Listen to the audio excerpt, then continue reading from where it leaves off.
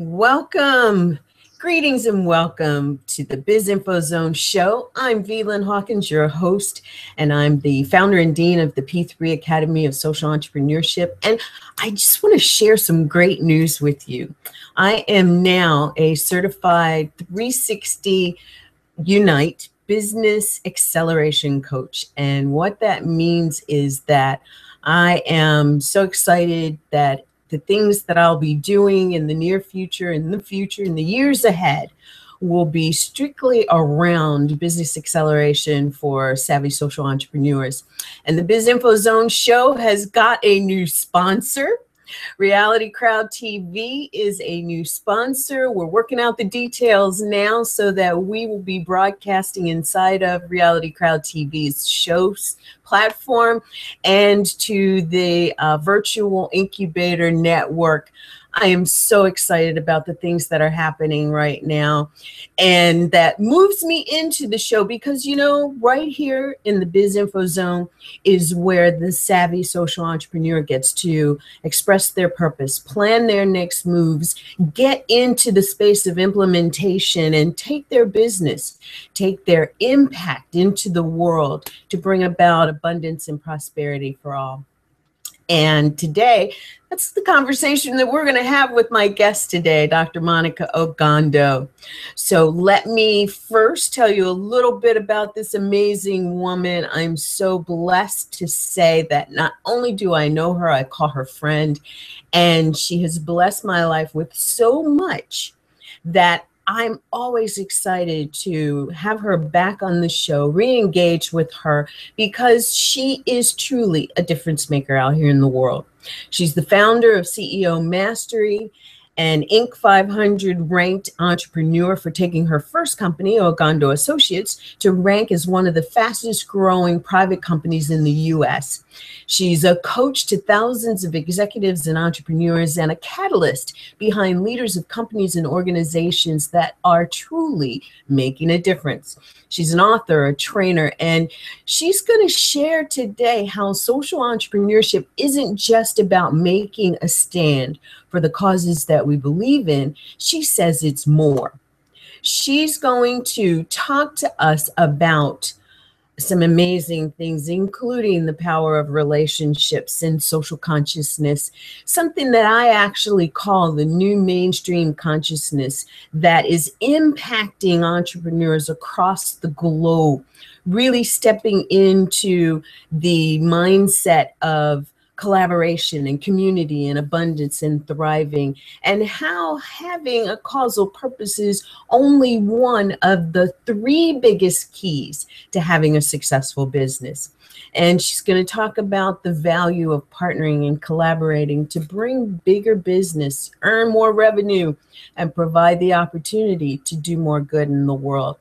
And if you are ready for this, then you've got your pen and paper in front of you, got that glass of water on the side, and you are poised and ready to take notes about what we're going to be discussing today. So without further ado, I want to say welcome, Dr. MONIKAH. Welcome back to the show. I'm so happy you're here with us today. I am delighted to be here also. Thank you for having me here again. Fabulous. So, you know, for the sake of those who may not remember, you may not have seen you on a prior show, and our new viewers, why don't you tell us a little bit about who you are and how you got on this journey of impacting so many individuals and CEOs of companies and entrepreneurs who are, in fact, making a difference in their businesses and in the world. Well, the story is long, but I'm gonna give you the Cliff Note version. I started out, my first career out of college was as a financial planner, as a stockbroker. And so this was around the time of the dot-com bust. And so we had to make sure that we kept our quotas regardless of any market fluctuation. So I had to design a way to keep attracting and engaging and retaining high net worth clients, and eventually develop that into a system that became intellectual property that then later on I used to negotiate my way out of a firing conversation and into instead of firing me and giving me a, generous severance package, why don't you hire me as a consultant so that I can teach your people how to do this program that you love so much and that you've sent me all over the country to teach. So it was my first lesson in entrepreneurship is to stand your ground. At the time, unbeknownst to my then employer, I had been battling a stage 4 cervical cancer diagnosis, and my doctors had given me about a year to live. And I still remember the hand gesture that he used when he told me how much time I had left on earth. He said about a year, like this. And it's funny, the things you remember, right? Yeah. So for me, it was like I just lost all fear. It was like, you know what, this is do or die, like really, literally. And if I don't do this now, and if I don't stand my ground now, then I will go down forever as a coward, and I won't have anything to leave as a legacy for my daughter. Never mind, like, money or anything like that, but just, who was she as a person? Who was your mother as a person? I wanted her to be able to brighten up when somebody asked her that question. And so, I started teaching this course on client attraction. It's called client attraction now, but back then we just really wanted to make sure that we continue to attract, engage, and retain, our ideal clients. And what ended up happening was that the people I was teaching, sales brokers, associates, people who had high net worth clients, would bring their clients to the classes. Many of them were entrepreneurs themselves.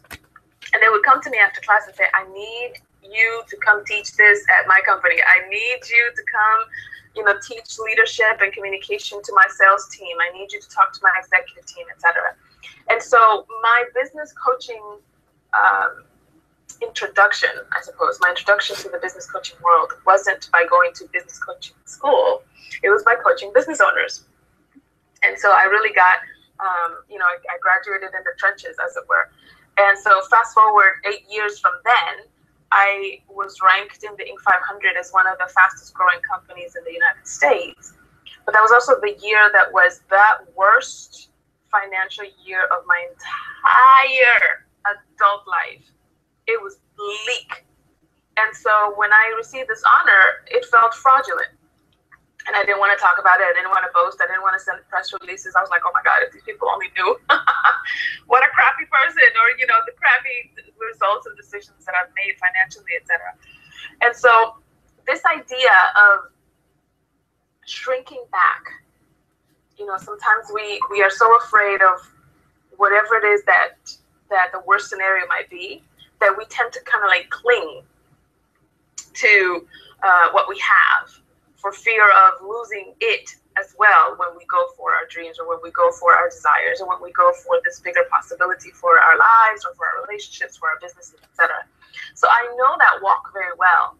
And that's why, when people come to me and they say, I need a mentor, or, I want to work with you, one of the things that they mostly say in our relationship, in our coaching relationship, is, wow, you have absolutely no judgment. I'm like, no, because I've been there, done that. I know what it feels like. And the last thing you need right now is somebody else going, and so it's not because I have it and I'm withdrawing it from you. It's because I don't have it at all, because I've been through it, And so that's also helpful when people are terrified. They're like, I don't know if I can do this. I'm like, child, please. I've been from the brink of death. We can do this. Yes. And it truly is about the doing. And what makes the difference is knowing you're not alone. Yeah. So many of us have the fear and the apprehension because we just don't see those people who are examples for us to follow, or they seem so far in the distance from us. Oh, that happened to you 100 million years ago. It's not applicable anymore. Shoot. If you were there, if you had that experience, then you know how it felt to stand in that space.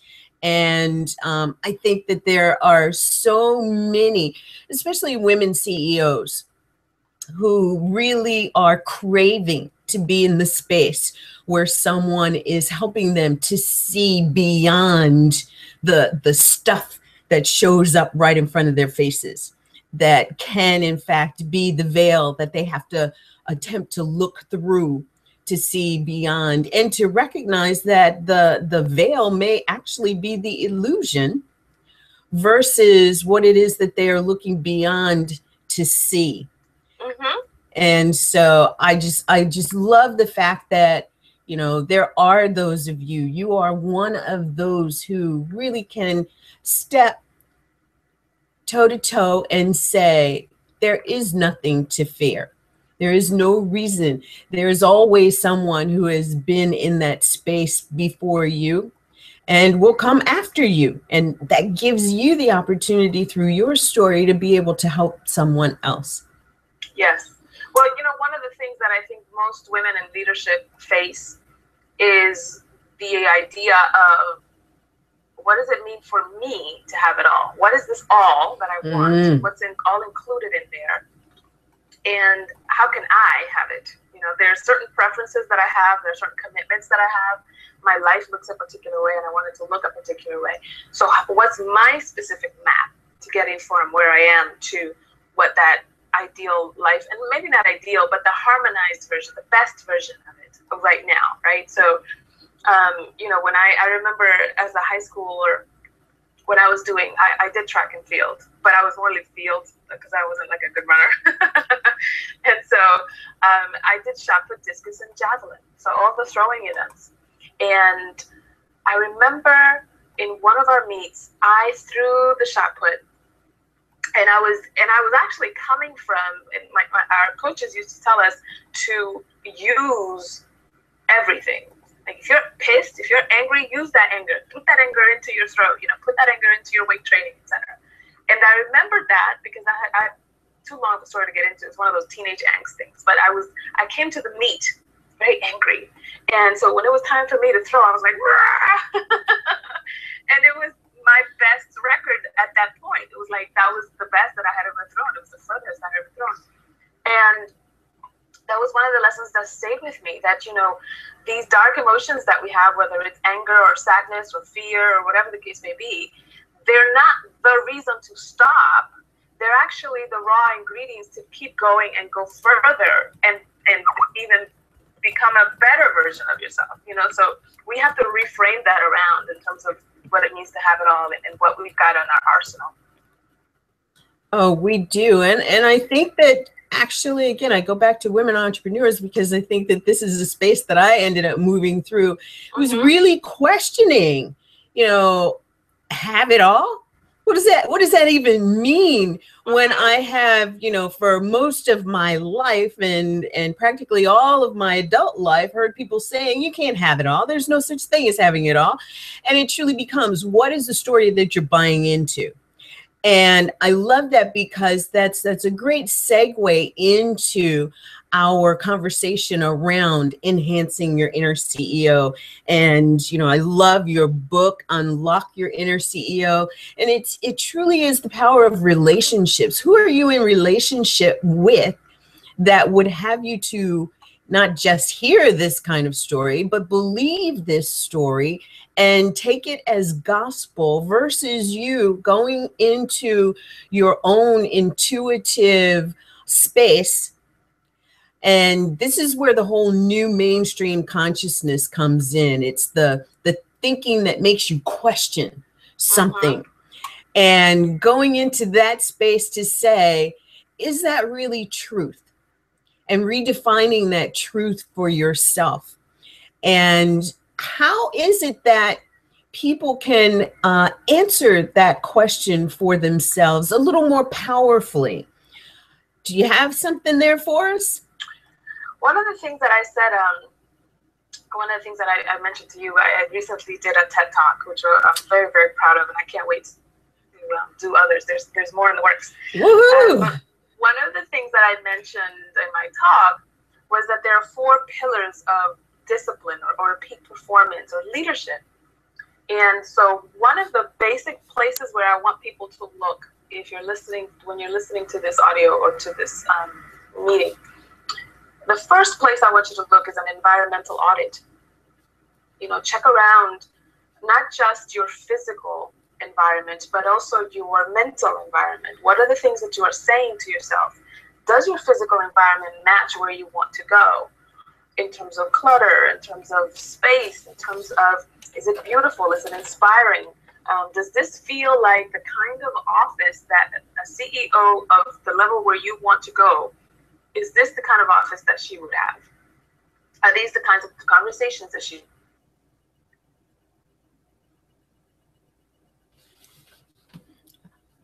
I think we lost our connection here.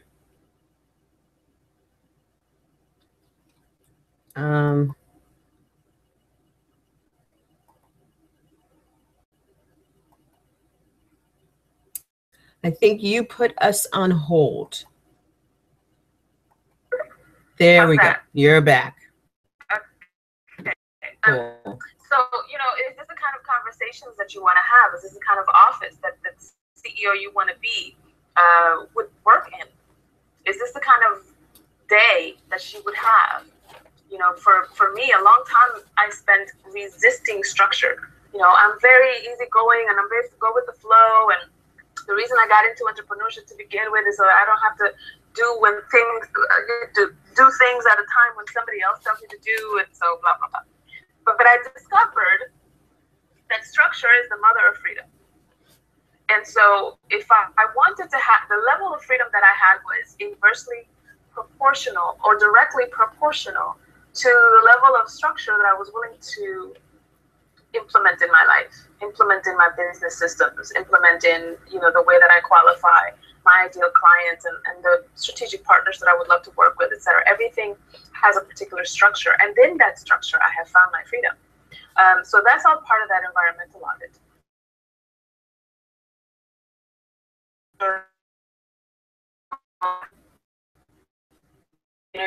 You've heard use the analogy.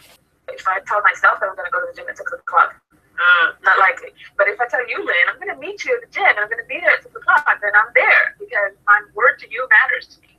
And so I don't know why that happens, why our word to somebody else matters more than our word to ourselves. But instead of trying to process it and wonder why and get in the quicksand of figuring it all out, just know that that's the way it is right now and use it, leverage it, So get yourself some external accountability so that somebody else is depending on me, somebody else is expecting this from me. One of the stories that I love to tell people is, when I wrote On Fire literally in a weekend. And it was because I had gone to a speaking engagement, and from the stage, again, this was the days of easy flowing, and I'm just going to say anything out of my mouth. And I said to the audience that I have this amazing book coming out called On Fire, 7 Steps to Ignite Your Business and Light Up Your Life. And you guys are going to want this because I'm going to take you through step by step, blah, blah, blah. So I spelled it all out, and the audience was rapt. And somebody came afterwards and said, I have a team of about 300 people. Can I buy 300 copies of your book? I said, sure. He says, how much is retail? How much is wholesale? And he wrote me a check for the wholesale price of 300 copies of the book. And so I went home and I deposited the check. It cleared. And I said, oh shit, I got to write a book. So thankfully I managed his expectations and I said, 300 books, it'll take a minute to ship. So why don't you give me about 2 weeks before you, and again, still 2 weeks was super ambitious, right? Because I hadn't written it. I had like an outline on Google Docs or something, And so when he said yes, the 2 weeks was fine or whatever, I was like, okay. And all I did that weekend, I didn't talk to anybody. I didn't take any phone calls. It was just straight up writing the book. And guess what? It got done. And I still have copies of it left over that are available for sale on my website because of that promise. That's the power of external accountability. I was not going to let my customer down. I was not going to let this person who was looking forward to my book down, right? The third piece is the expert guidance. Expert guidance is when you hook up with, when you plug into a mentor who has been where you want to be, who has done what you want to do, who has gone where you want to go. A lot of times we try to get mentorship on the down low.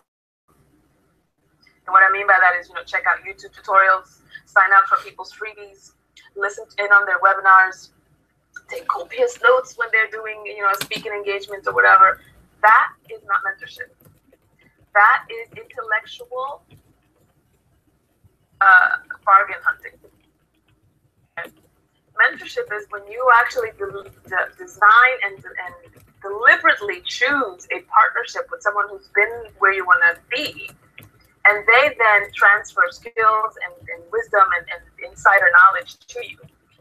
Typically, you have to pay. In the olden days of mystery schools, you had to go through so many tests. Like the Karate Kid. That Mr. Miyagi was putting him through the paces. You have to go through the paces.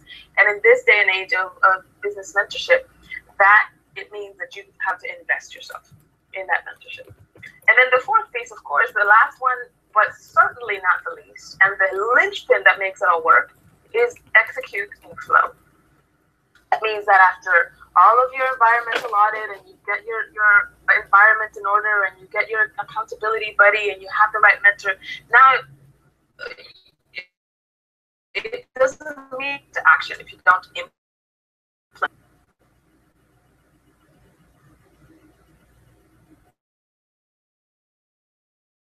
Seasoning for the Latin American market.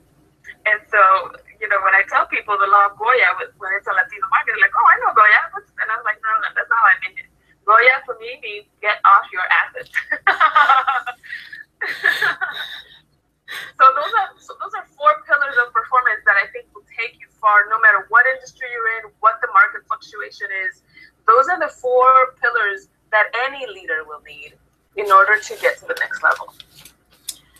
That's beautiful. That Goya, I got it. I got it. When you think about being in the space of, I want to do this, I want to move my business forward, I've got to do this, I've got to do that. What's my brand look like? What's my conversation look like against my brand? Am I speaking something different than what my brand looks like? How does relationship benefit us in moving forward? Well, I always say your market is your guru when it comes to business. And so you don't really have to wonder what your brand is. That doesn't happen in a vacuum. It doesn't happen in a conference room somewhere with whiteboards and dry erase markers. It happens by you going out and engaging with people and noticing who are the people that most respond to you, who are the people that most resonate with you. You may have heard it said somewhere, your vibe attracts your tribe, right? And so, at the level that you're resonating, those are the people that you are. And for some people, that's bad news. For some people, like, oh my gosh, no, I don't like that brand. I'm attracting broke people. I'm attracting people who can't afford my services. I'm attracting people who say no and they have to think about it. They're procrastinators. Well, guess what that means, love? Tells a story, right? You have to beat up your own procrastination story. That means you have to transcend the ways that you.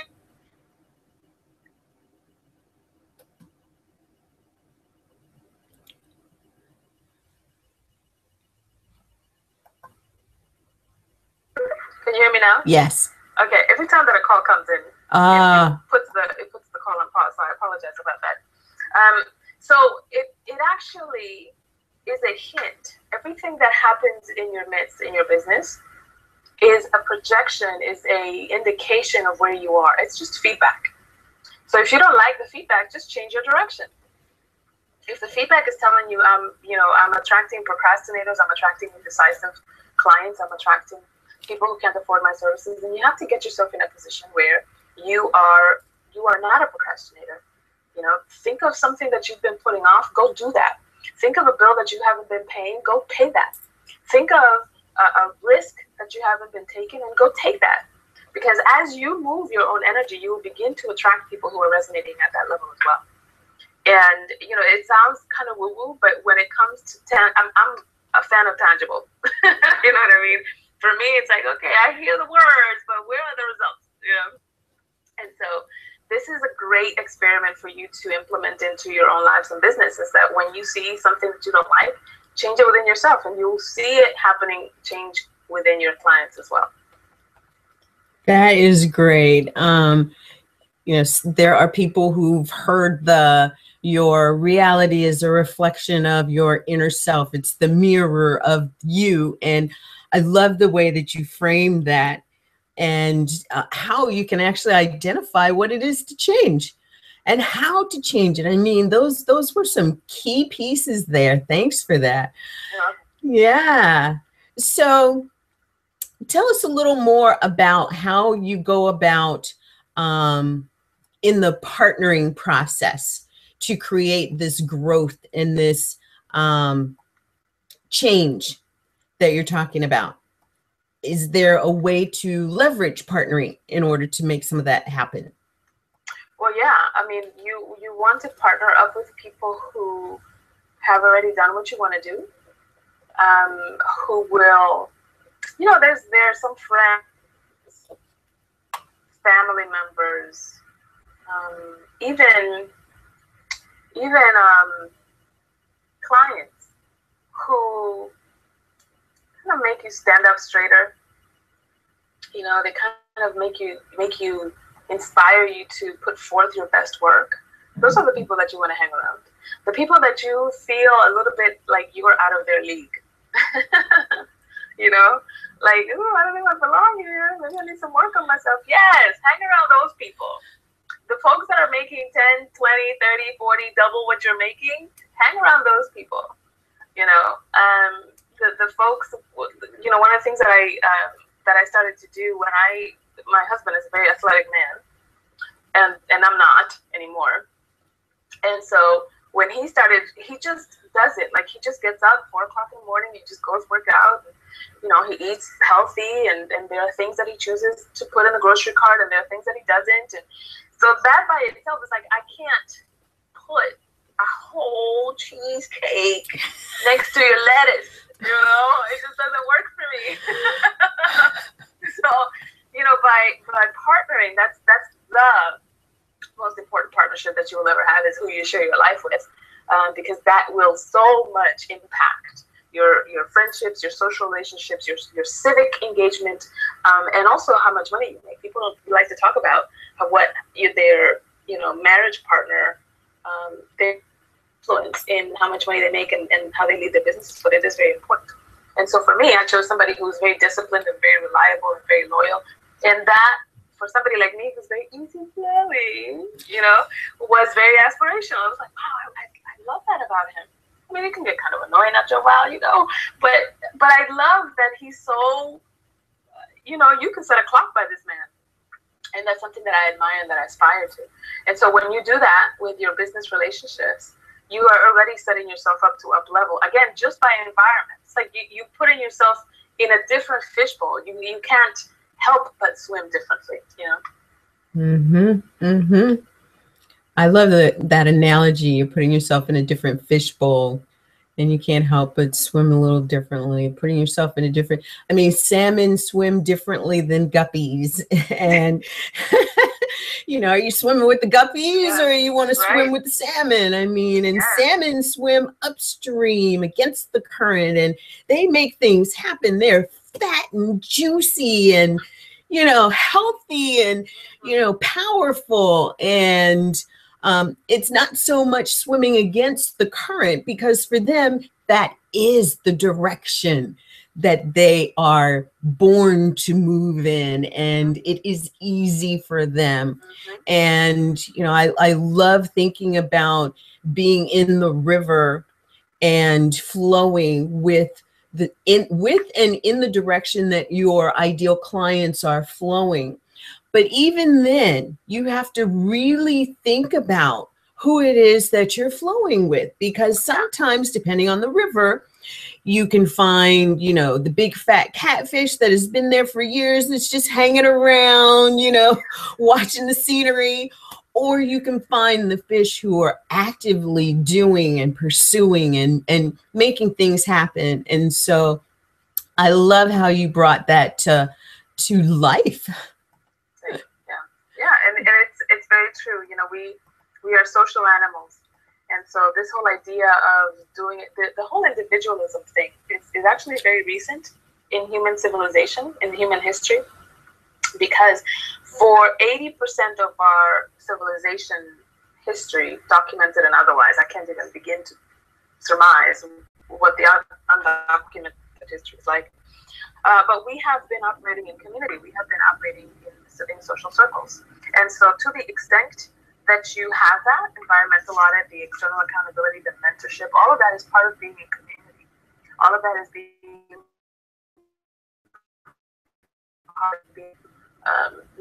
a certain school of people. And so when you do that, you rise faster because you're leveraging other people's learning curves, you're leveraging other people's mistakes. You know, I always tell clients, I've already made these mistakes. There's no point in you making them too, you know? And so it's very useful when you know the psychology and the sociology of the human spirit, then there are certain things that there are certain pains and certain mistakes you just don't have to make. Because you can see patterns and you can see cycles and you can see where the tide is turning and you're like, okay, I'm going to go this way. This is going to be an easier path. And it's not so much out of cowardice. It's out of, effectiveness. It's out of agility. It's out of intellectual self-knowledge and self-love. You know, when we bring that into the picture, it's like, how much do you love yourself? Is the expression of how much you love yourself where you're swimming with the guppies? Or is the expression of how much you love yourself you swimming with the fish that are going to help you to swim faster, swim longer, you know, the distance and the height and the breadth and the depth that you, as the human you were created to be, has the potential of. So, you know, that's another piece of this whole concept of the new mainstream. You know, while I really have a heart for our kids, it is somewhat distressing to me that they find a lot of their time and space in the mindset of video games. And so the question then becomes not necessarily taking away the video games, but examining what the video games are requiring their agile minds to move through. It's like when I was growing up, I found a fascination in learning chess. Do I play chess now? Not so much, because no one I know in the places that I am right now knows how to play chess. And that speaks volumes to, you know, the kind of spaces that I'm in right now. And yet there are times when I'll find somebody who knows chess, who plays chess, who I can engage in, at the very least, chess conversation. And you know, the generation between boomers and I don't know, what are you even calling the generation that's in high school and younger now? Do you know? No, I don't. Aren't they part of the millennials? I'm not sure. The millennials are what? They're in the 20s, huh? Yeah, 18 to 35. And then you've got the X generation, that's that 35 to 50. And then you've got the boomers above that. So, but this next generation, who we're actually going to end up passing the planet to, you know, the conversation becomes different because they're doing things that doesn't necessarily require conversation. And so the thing that we, you know, and I look at these guys as little entrepreneurs. You know, we need to do the things to help them to start the entrepreneurial mindset at their young ages, because the millennials have the heart for entrepreneurship. A lot of the X generation, Y generation, and I think there are more of us boomers who are looking at the, you know, what's retirement, but the next career, and helping people to engage in the kind of conversations that we're in right now. Well, you know, you speak to something that is very, I don't know that anybody has ever put a language around it, but you're speaking to something that is very ubiquitous, and that is that we are now moving past the stage of the corporate paternalistic economic model, where you go to school so that you can go to college, and you go to college so you can get a job, and you get a job so that you can get retirement, and you get retirement so that you can say you've lived a happy life. It's very boxed in, and it's very organized in that way. That is the model that has happened since the Industrial Revolution in some ways. But with the onslaught of global, just really global connections, you know, because somebody from across the world is now just a click away. Yeah. We have become much more entrepreneurial, and even within corporations, you know, from the lowest rung of the ladder to the highest executive has to be very entrepreneurial in the way that they do their job, in the way that they make themselves available and indispensable to the workings of the company, etc. So if that's working within that paternalistic structure, imagine what's happening in the business world, you know. And so we're seeing far more of the rise of the entrepreneur, you know, in the 21st century. And you see that across cultures, you see that across gender, you see that across generations, and across markets. So it doesn't matter whether you are a corporate leader or you are an entrepreneurial business owner. Either way, the entrepreneurial spirit is what's required. It very much is. And it is also the space where social entrepreneurship rises. And, you know, it's the space where those that are concerned with and inserting themselves to make a bigger difference in the world actually step up and step out into.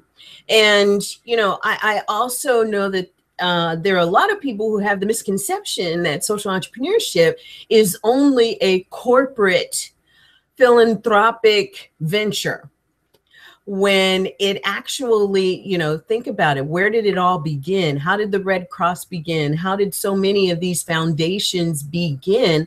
But as smaller companies growing into the larger companies, and while we want to equate it with tax benefits, it's actually the ability to say, I am making a difference in the world. You know, HP is giving away laptops. Microsoft is marrying the software to it, and elementary schools now have computers that kids are learning on because they live in environments that families can't afford computers, and they're learning these things in the schools because of the corporate structure having figured out how they can make an impact in communities and throughout the world.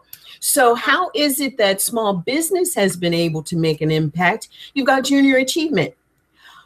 All of junior achievement contributors are small business owners who then go into these schools and help these kids to learn technology, to learn the banking system, to learn about having a checkbook.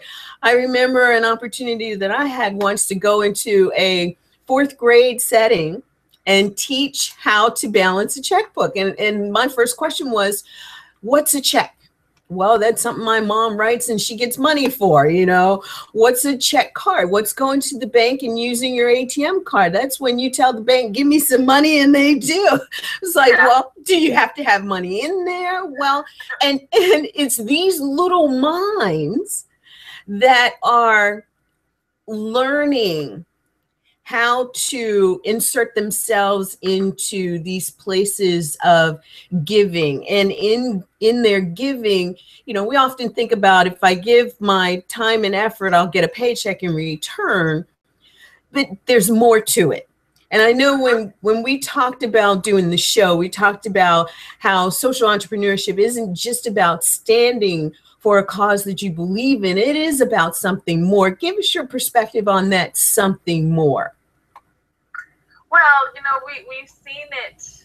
We've seen the call for authenticity in the way that we treat hypocrisy. So, for example, just some of the current events that are happening. The very reason why I think the whole Cosby thing happened the way that it did, if you listen to the judge's reasoning for releasing the depositions from 10 years ago, it's because he said you've positioned yourself, talking to Dr. Tom Cosby, you've positioned yourself as a moralist. And so, you know, if it were just a private person going through a particular deposition, then okay, you know, you would have that right to privacy. But when you hold yourself as the moral harbinger of an entire generation or of an entire group of people, then these things need to come out. And so it was that position of holier than thou, and I'm gonna tell you what to do, that was actually what brought up, well, here are the ways that you are incongruent with that, mister, you know? And so, and the same thing happened with Donald Trump. Donald Trump made some outlandish remarks about Mexicans a few weeks ago, and the whole corporate world got scattered like rats when you turn the light on. And, you know, like, he's dropped him, Univision dropped him, all kinds of people are dropping their partners to them and their association with them. And the more that they did that, the more he doubled down. So, of course, the more the people turned away. But it all started to fall apart when people were like, why is he talking about Mexicans like this when he has a connection with, like, the richest man in media is a Mexican man. And he's the one that fired you, you know, since you're known for you're fired, right? The irony of it all is just laughable. And then that his clothes are made in Mexico, right? So in terms of social entrepreneurship, we have come to a point when, because of social media, because of how easy it is to get information and to distribute it and to disseminate it, then you can no longer do one thing with your right hand and with your left. You have to be very congruent. You have to be aligned. You have to be transparent and honest. And transparent doesn't mean TMI, you know, vomit in the mouth. You know, it just means that when somebody's looking behind the curtain, that what's on stage is going to mirror what's backstage. And so that's the piece that I really want to draw in for people. You know, we tend to shy away from, oh, I don't want to show my whole self because that's gonna confuse people with their brand or my brand, or, you know, that's going to intimidate some people. Yes, it will intimidate some people, trust me. But those weren't people that were going to buy from you anyway. You want to be fully yourself in such a way that the people who are your tribe, the people who do resonate with your message, who are looking for someone like you, you know, it's kind of like a dog whistle, right? When you sound that dog whistle, only those particular dogs can hear it. If a dog is out of reach, or if it's not your dog, or, you know, whatever the case may be, if it's a human being, we can't hear it. Guess what? It's not meant for us. So your marketing and your branding and your messaging is supposed to be a dog whistle of sorts that connects you to the people that you are meant to connect with. And when you live your life in such a congruous way, in such an integrous way, that the inside matches the outside, then when something happens like what happened to Trump or what happened to Cosby, you won't be embarrassed by your own lack of integrity. Mm-hmm. And I mean, you know, in our human experience, you know, I don't think that there is any one of us who hasn't made the proverbial mistake. And, you know, I remember DC Cordova once telling me that one of the major keys in allowing yourself to move forward in the strength and power that you have is by cleaning up your mess. And, you know, if you've made a mess, if you've done something that you can go back and at the very least apologize for, yes, I think that is part of what you talked about, the transparency, honesty, the integrity, and the congruency, the alignment that you want to have with yourself and can have with yourself. And, you know, I mentioned to somebody just the other day that being an entrepreneur has a couple of phases. And one phase is courage.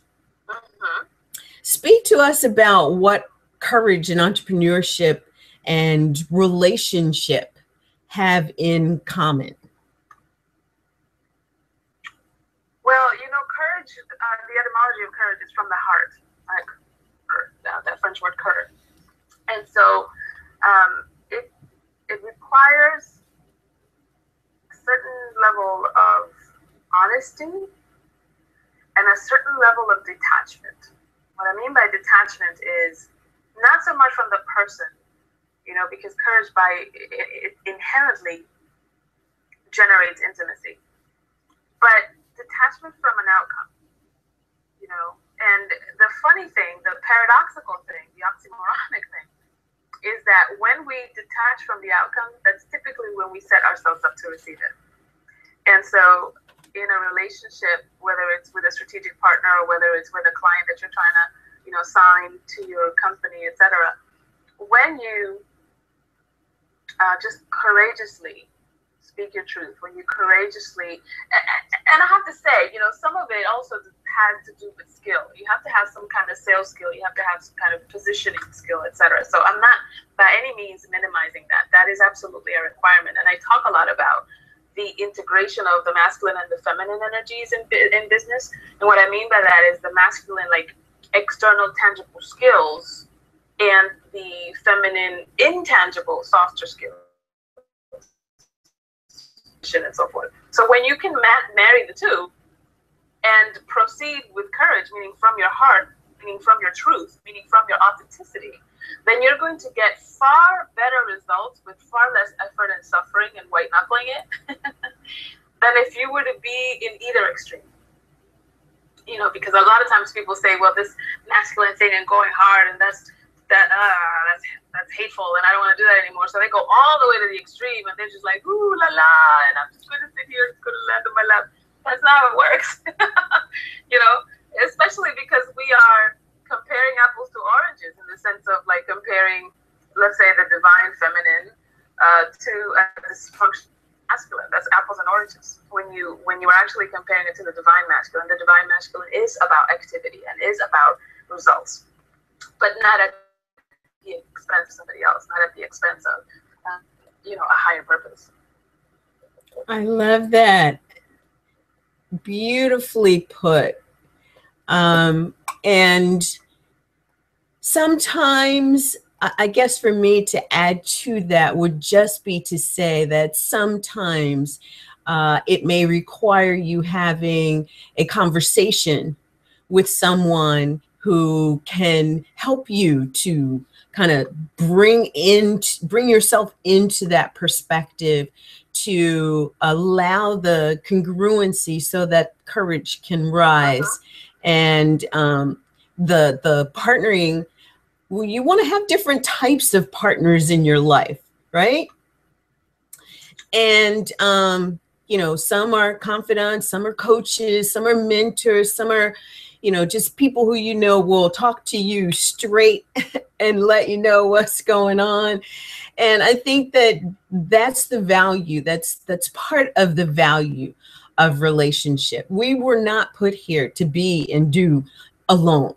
I think you made a very good point in describing the times that we have moved through.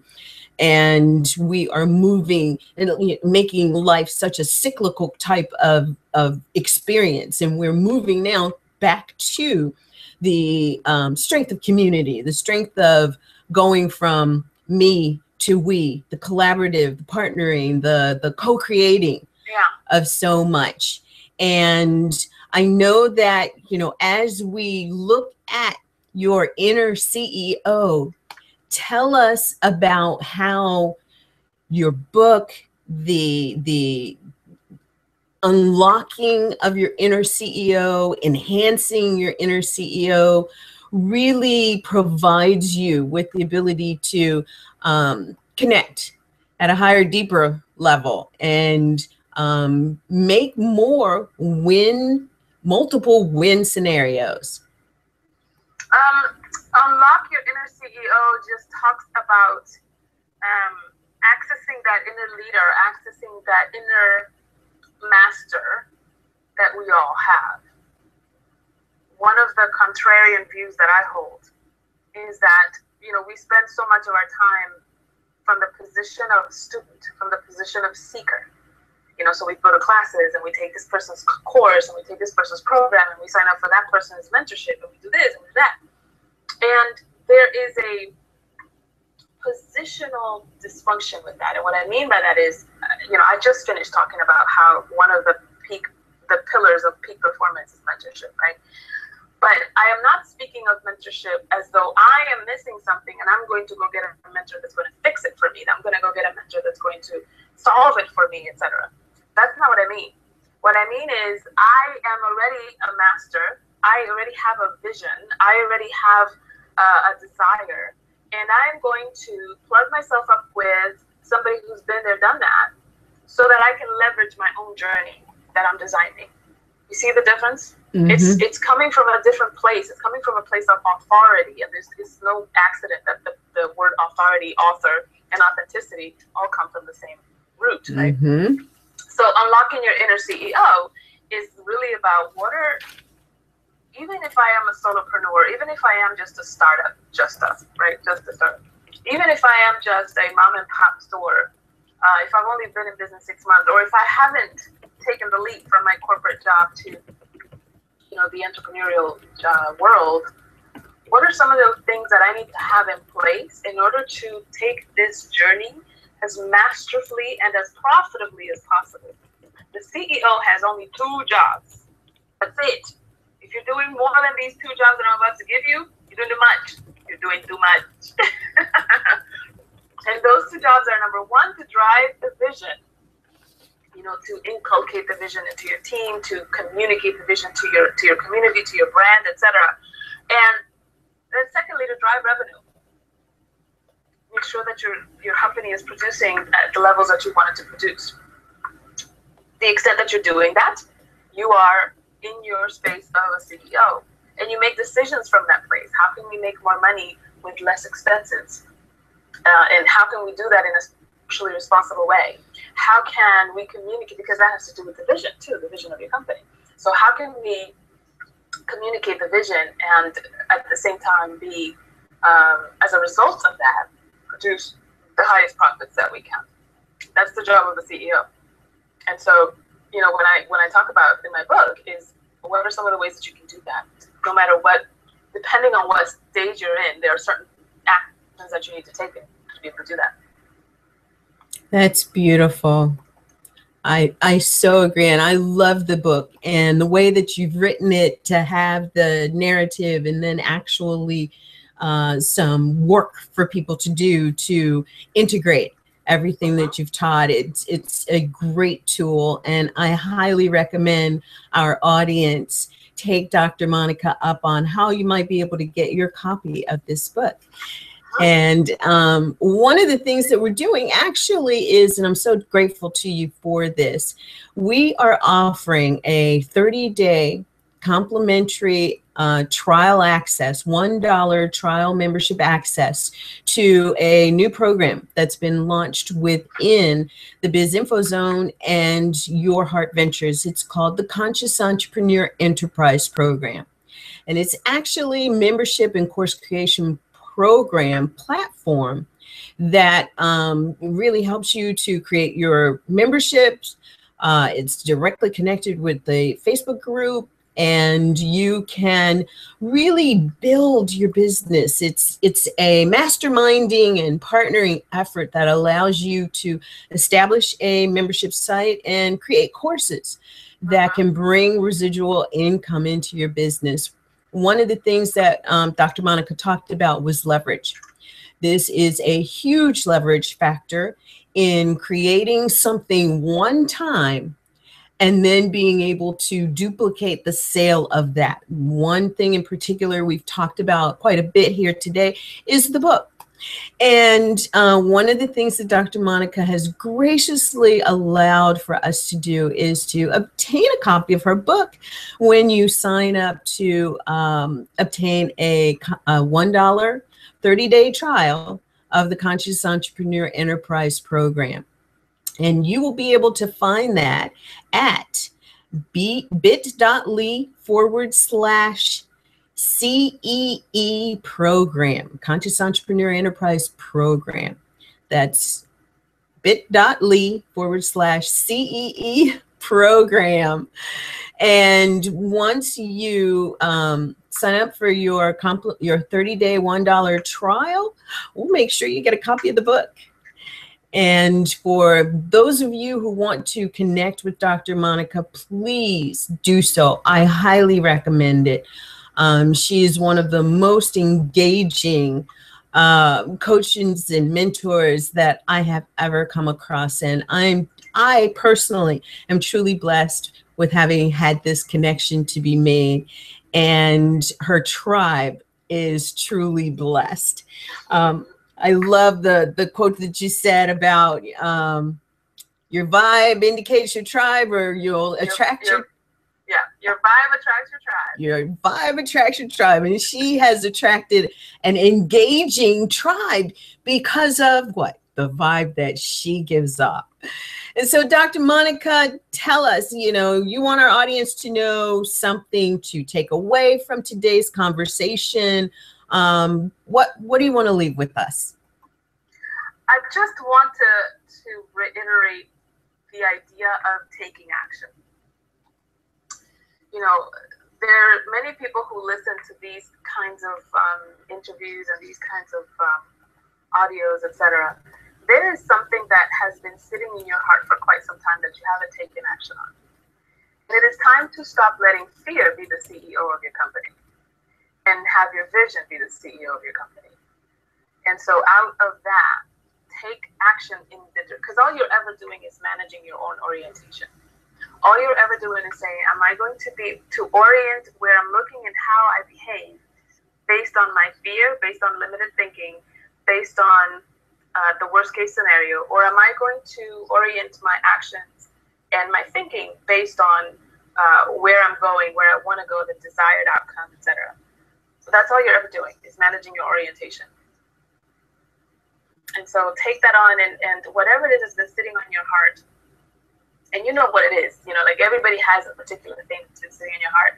Take that and take action on it. It doesn't have to be all 20 steps to get to the desired outcome. Just take the first one.